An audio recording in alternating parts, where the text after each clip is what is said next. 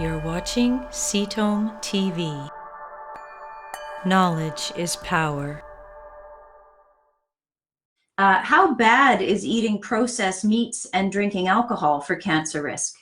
Well, processed meats typically have preservatives, salts, nitrose-based salts, nitroamines, I believe they're called. But there's a variety of different salts that are used in the meat processing, meat packaging and processing that are carcinogenic. Oh. So you should probably avoid, I love salamis myself, but you should probably avoid salamis and any sort of heavily processed meat, hot dogs and so on.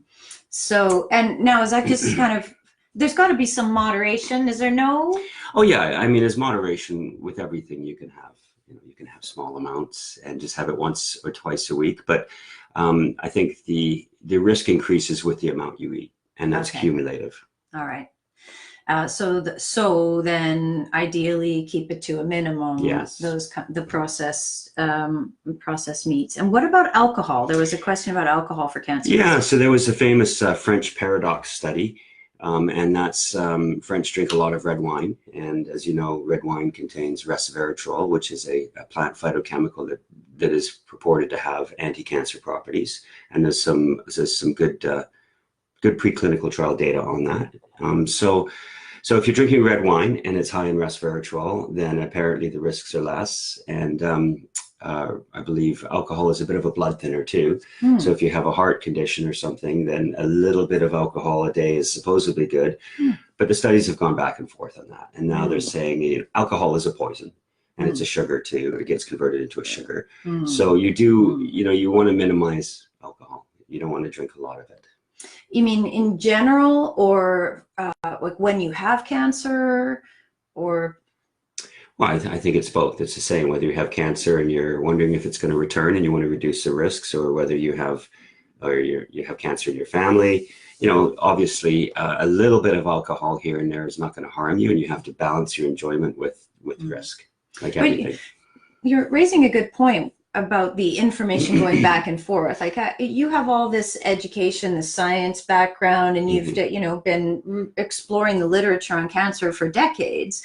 But how does somebody at home who doesn't have all that background understand? Okay, so here's a test today that says coffee's good for you, and here's a test today that says it's bad, or alcohol this, or so how can people have confidence that the test that came out today, or the study that was posted today, that alcohol is not good, is valid and should be followed? Well, it's important to read the test. It's important to understand how the test was done, and look at the variables that are involved, and whether they are a reasonable way of looking at that question or not. Okay, so you have to really look, so not just at the headline. No, you really need to don't look want at to follow study. the headlines. Okay, don't follow the headlines. Don't follow the headlines of any study. Okay, so don't follow the headlines. Look in the article to find the study that they're referencing, and have a look at what they did there, and then you'll have more confidence with the information. Yeah, but generally the answer is keep the processed meats low. And alcohol is a poison. So, obviously I don't think that it's, obviously someone who doesn't drink alcohol is going to be healthier than someone who does. I think you can also offset those harmful the harmful aspects of drinking with exercise or eating healthy. So there's many factors to consider. This is true. The big picture of all the things you're putting into the body and all the things you're doing for self-care is important. Yes. But again, back to genetic testing for inherited mutations, using more of a cancer-based test like we might use would allow people to know what kinds of things what lifestyle changes they should be making. Definitely. Yes. Yeah. Thank you for watching Ketome TV. Subscribe below and stay informed.